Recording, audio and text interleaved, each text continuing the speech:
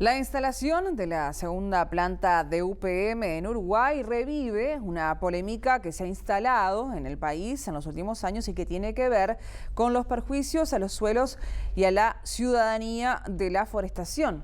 Nicolás González ya nos trae más información al respecto. Bienvenido, Nico. Buenas noches, ¿cómo estás? Hola, Rosario, ¿cómo te va? Hola, Miguel. Nicolás.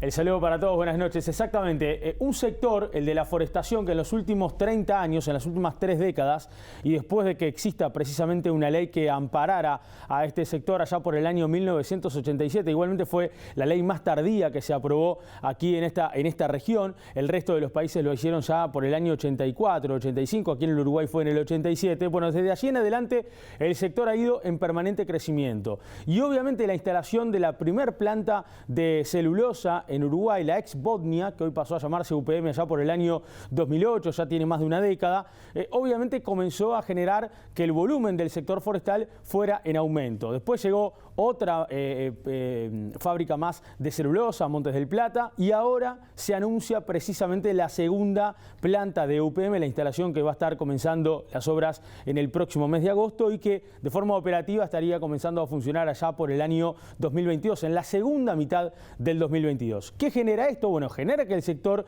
obviamente forestal se sienta fortificado, continúe creciendo, continúe en aumento, pero además también genera cuestionamientos y controversias. Hoy lo que intentamos plasmar aquí en este informe que tenemos para presentarles a todos ustedes es las dos campanas de la moneda. Aquellos que entienden que el sector forestal está en permanente crecimiento y es parte del crecimiento agroforestal que necesita el país para la economía de uruguaya, y aquellos que cuestionan evidentemente el aumento de la forestación, que la forma en la cual se ha ido plantando en los suelos uruguayos y cómo de alguna manera ha afectado la pradera de nuestro país y cómo está afectando hoy la sociedad, los alimentos y de alguna manera también contribuyendo con la contaminación. Por eso es que también vamos a tocar esa otra campana. Pero vamos a comenzar conociendo más sobre el sector forestal. Para eso tenemos esta placa para presentarles a todos ustedes con algunos detalles del último tiempo. Vean ustedes, los datos de OPIPA que ha presentado el Ministerio de Ganadería con respecto al 2017 señala que la producción total del sector forestal fue de 96.863.844 plantaciones.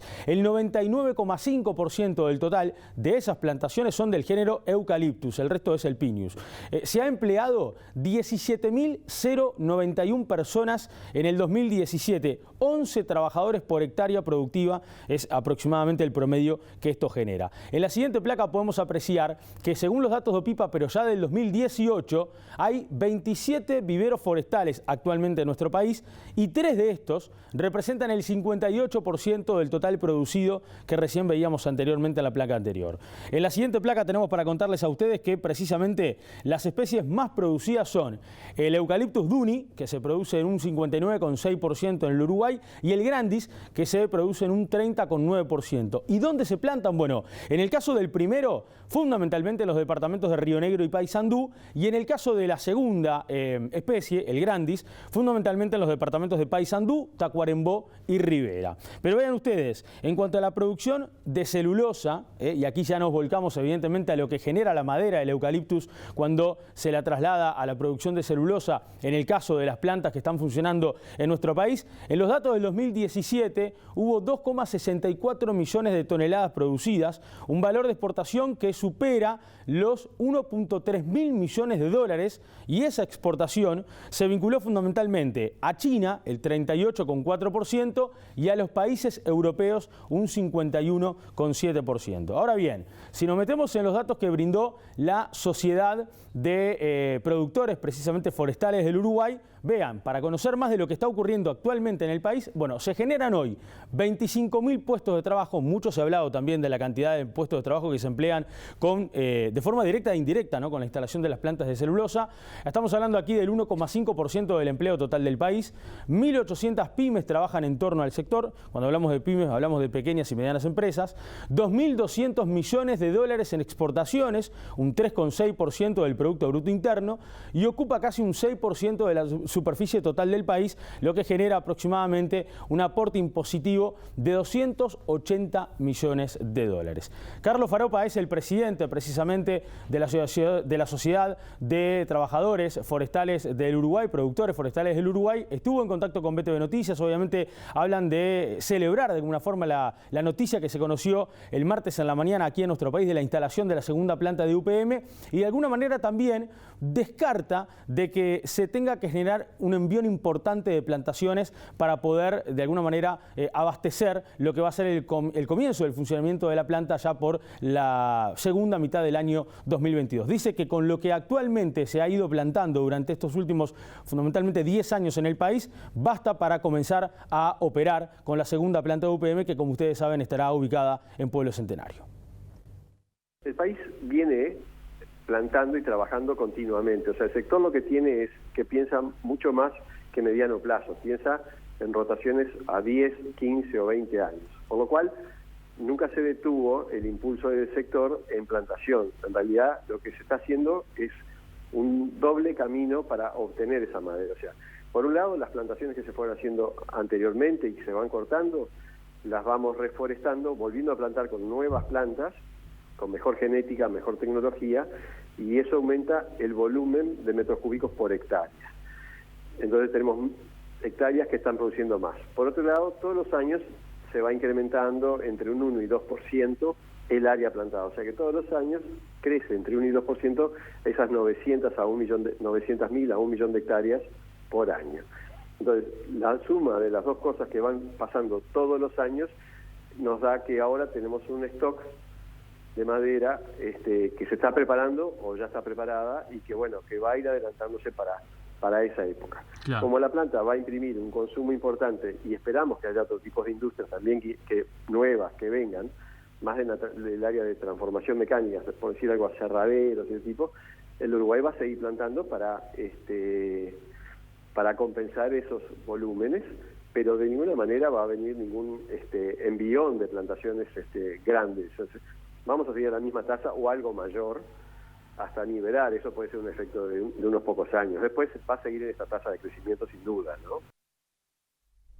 Bueno, es claro que hay árboles para unos cuantos años. Cuando hablas de críticas, ¿qué tipo de cuestionamientos son? Bueno, hemos hablado, por ejemplo, con la ingeniera agrónoma, además es docente en la Facultad de Ingeniería, en la Facultad de Agronomía, perdón, estamos hablando de Anaid Aronian, quien evidentemente señala que lo que primero se plantea cuando hay plantaciones, en este caso forestales, que tienen que ver con el eucaliptus y de la manera que se han ido plantando en el suelo uruguayo, lo primero que hay es un cambio del uso del suelo, y eso ha comenzado a generar todo tipo de consecuencias en el último tiempo en el Uruguay, directamente con los ríos, directamente con el agua, directamente, por ejemplo, interfiriendo con las inundaciones, afectando a varias poblaciones y ciudadanías en el último tiempo, y también con los alimentos. De alguna forma vamos a ver los principales impactos que Anaid Aronian nos dijo en la nota que realizamos esta tarde.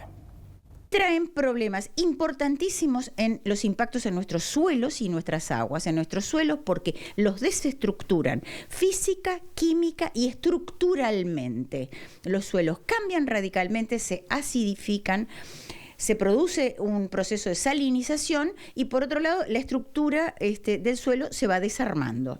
Si yo en donde es recarga, cosecha de agua, tengo eucaliptus, esa agua no penetra en el suelo porque el suelo pierde las propiedades de ser una esponja y absorber el agua. Entonces el agua, para ser, hay muchas explicaciones científicas, pero para tratar de ser clara resbala de esos lugares, porque hay además toda una red en las raicillas de los árboles, aparte de las grandes raíces de las raicillas, que impide, es como una cosa impermeable que impide. Entonces te dicen, hay sequía. No, no hay sequía. Hay un cambio del uso del suelo que no es positivo para nuestros intereses. Entonces, naturalmente, el agua que aquí no es absorbida, más abajo va a producir una inundación. Nosotros estamos plantando algo que no comemos, algo que es para producir celulosa y no para producir papel tampoco, porque de acá es la parte más contaminante que dejan las plantas de celulosa, que es todo el proceso de producción de celulosa para llevarse la celulosa abajo del brazo sin ocupar tanto espacio como los troncos. Y acá queda toda la parte de contaminación. y que es muy grande, por más que se diga que es la última tecnología. La última tecnología también es contaminante, que el impacto en los suelos es gravísimo y podríamos decir que irreversible en la medida que la formación de un suelo lleva miles y miles de años e ignoraríamos, porque nunca se probó, porque esto es la primera vez que nos ocurre, cuánto tiempo si se sacaran los eucaliptos, que además sacarlos sería un problema bastante importante porque esa red radicular implicaría unos cráteres, es muy complejo. Ahora bien, estos cuestionamientos que se plantean a la forestación no vienen de hoy, vienen de 2008, por ejemplo, año en el cual comenzó a funcionar la primera planta de UPM en el departamento de Río Negro, cerca a Fray Bentos, en las aguas del río Uruguay, frente a Gualeguaychú, que tanto generó polémica, por ejemplo, con los vecinos argentinos. Pero en aquella oportunidad, en el 2008, y está subido esto en YouTube, ustedes lo pueden, si quieren, compartir, en la página Amigos de la Tierra. Exactamente, digo bien, Amigos de la Tierra. Vean ustedes, hay productores rurales que en su momento se vieron claramente afectados por la forestación. ¿Por qué? Porque, por ejemplo, donde terminaba la hectárea de su campo, la última hectárea de su campo, linderos ya tenían una plantación forestal de eucaliptus. Y esto le comenzaba a generar fundamentalmente muchos problemas en el agua, con el agua. Vamos a ver lo que decían ellos. Los mejores campos para producir carne, para producir tamero, están ocupados hoy por la forestación. A la forestación le dieron ventajas que no nos dieron a nosotros, a los productores. Acá cerca, en Bahía de Orocha, se forestaron 10 o 12.000 hectáreas alrededor de un campo que tengo. Pero a medida que crecen los árboles y que empiezan a tener problemas de consumo de agua, de los arroyos que se cortan, pozos que se secan, vertientes que donde no se podía pasar a caballo, ahora se pasa en auto. Entonces te das cuenta, uno se da cuenta que es una cosa grave, ¿no? Yo lo que tengo muy claro es lo que pasó exactamente acá. Nos empezamos a quedar sin agua. Primero intenté ahondarlo. Eso ya implica otro tipo de gasto, traer otra gente. Y bueno, pero con incidencia directa en la producción, seguro. Que las vacas tomen menos agua, que ya, sobre todo como hay una pequeña industria acá, no poder lavar bien, o yo qué sé, ese tipo de... Con poca agua es complicada O después hicimos un segundo pozo, que duró 2 años y se secó. Después un tercer pozo, fue similar. Y después hicimos otro que lo hicimos bien en el bajo allá, que es el que nos está surtiendo de agua, digo, que hasta ahora ha aguantado. Una sequía, yo que sé, unos veteranos ahí del año 48, no sé qué, y comentaban que el nivel de agua de los pozos bajaba muy poco, la sequía afectaba a las pasturas, pero las napas subterráneas generalmente bajaban un poco, pero esto a esa gente con experiencia de vida, sin ningún tipo de título, la tienen clara que es producto, efecto de la forestación. Y ese caso puntual de estos productores que hoy nuestra producción investigó y llegó a dar con estas declaraciones que se daban allá en el año 2008 cuando se instalaba la primera planta de UPM, lo pudimos constatar también en la actualidad. Hace algunos minutos nos contactábamos, por ejemplo, con el presidente del Instituto Nacional de Colonización, Mario Teddy, y nos decía que varios de los integrantes, colonos de este instituto también se han visto perjudicados de alguna manera. Y también otra de las cosas que, por ejemplo, anteriormente nos decía la representante de la ingeniera agrónoma, Anaíta Aronian, tiene que ver también, por ejemplo, con aquellos productores que fueron sacados de sus lugares, porque evidentemente cuando llegaron estas multinacionales y cuando llegaron las empresas a querer plantar forestación, a muchos productores se los corrió del lugar en donde estaba y las hectáreas que le pertenecían a su campo fueron compradas, fueron casi que obligados a retirarse como para poder generar precisamente estas plantaciones. Otra campana que también recién decíamos en el comienzo se ha manejado a lo largo de la semana es la generación de puestos de trabajo. Por ahí a algunos les rechina de que UPM diga que va a generar 10.000 puestos de trabajo, de forma directa o indirecta. Se habla de 4.000 de forma directa, de 6.000 de forma indirecta. Algunos hablaron que anteriormente se mencionaba un número cercano a los 8.000. La realidad es que para la representante, la integrante del movimiento para un solo Uruguay, estamos hablando del movimiento Un Uruguay Sustentable, estamos hablando de Ana Filippini, aquí cuando se habla de forestación no se habla de generar trabajo, sino de eliminarlo.